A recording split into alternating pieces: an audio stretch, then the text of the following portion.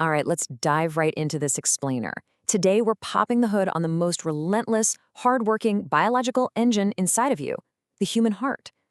It's a system we literally rely on every single second of our lives, yet we hardly ever stop to really understand how it does what it does. So, here's our game plan. We'll start by just getting to know this engine, and then we'll peek inside the actual pumping station.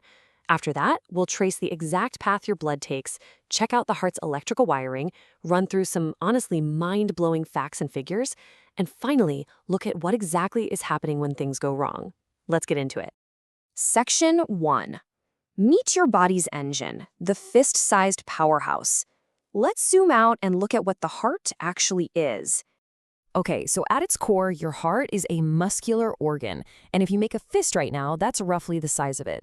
It works around the clock as a living pump to circulate blood all over your body. Its main gig, supplying vital oxygen and nutrients to your tissues while simultaneously clearing out all the waste. It's honestly incredible when you think about it. This tiny, compact piece of muscle takes on the massive, nonstop responsibility of keeping literally every single cell in your body alive. Now, where exactly is this engine installed? Well, you'll find it right in your chest area, or the thorax. If we're being medical, it sits just slightly left of center. And because it's so absolutely critical to your survival, it's not just hanging out there exposed. It's locked away, safely guarded behind the heavy-duty bony armor of your rib cage. Moving on to Section 2. Inside the pumping station, chambers and valves. Let's really look at the internal machinery here.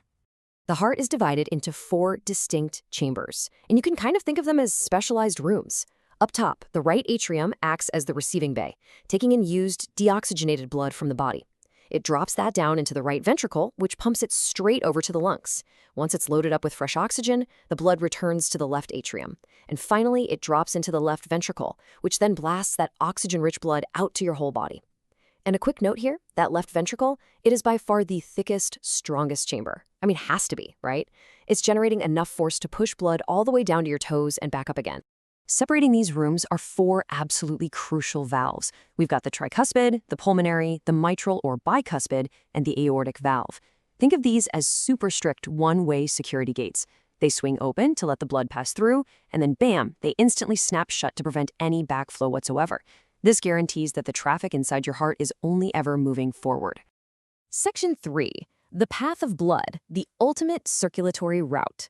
Let's set this whole system in motion and follow a single drop of blood. The whole process is this beautiful, sequential 4-step flow. Step 1, blood returns from the body into the right atrium. Step 2, it drops into the right ventricle and gets pumped over to the lungs to grab oxygen. Step 3, that fresh blood returns to the left atrium. And Step 4, it hits the left ventricle and gets powerfully pumped right back out to nourish you.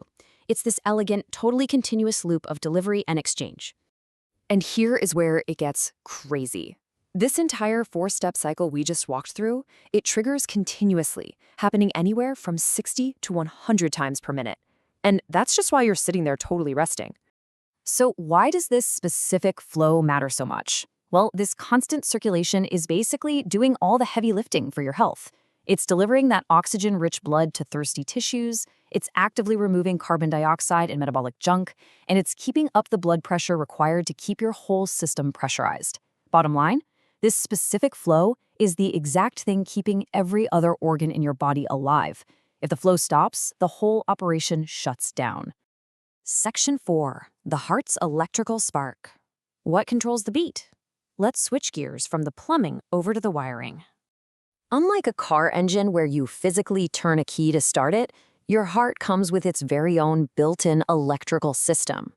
The star player here is the SA node or sinoatrial node. It's a tiny cluster of cells that acts as your heart's very own natural pacemaker. This little electrical node is constantly firing off signals that wash across the heart muscle, forcing it to physically contract. And that organized contraction, that is exactly what creates that famous lub-dub rhythm you hear through a stethoscope. In fact, that lub and the dub sound is literally just those security valves we talked about earlier, slamming shut in perfect rhythm with the electrical spark. Section 5. Incredible facts and figures. The heart by the numbers. Let's take a step back and really appreciate the sheer scale of the work going on inside your chest. 100,000. That is the number of times your heart beats in a single day. Think about that for a second. Without you having to consciously think about it, without having to plug it into a wall charger, it fires off that perfect electrical spark 100,000 times every single day. 5. That's how many liters of blood this tiny fist-sized muscle pumps through your body every minute. To put that into perspective, imagine filling up 2.5 large 2-liter soda bottles every 60 seconds. That is the sheer volume of liquid moving through you right now. Works non-stop from birth to death. I mean, unlike any machine we humans have ever built, your heart does all of this relentlessly. It takes 0 holidays. It never shuts down for maintenance. It literally never takes a break from the exact moment you were born until the very end of your life.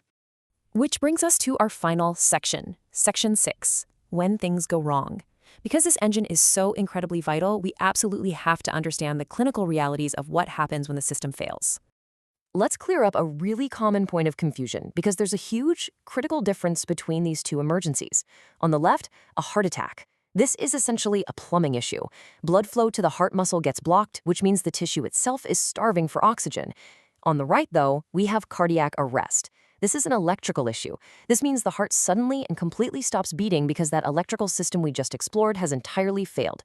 Now, yes, a heart attack can eventually cause cardiac arrest, but they are fundamentally different types of failures.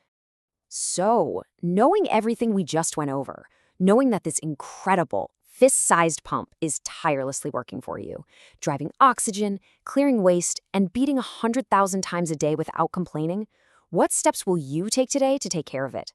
Thanks so much for joining me on this explainer. I hope you found it as fascinating as I do. Until next time, keep taking care of that incredible engine.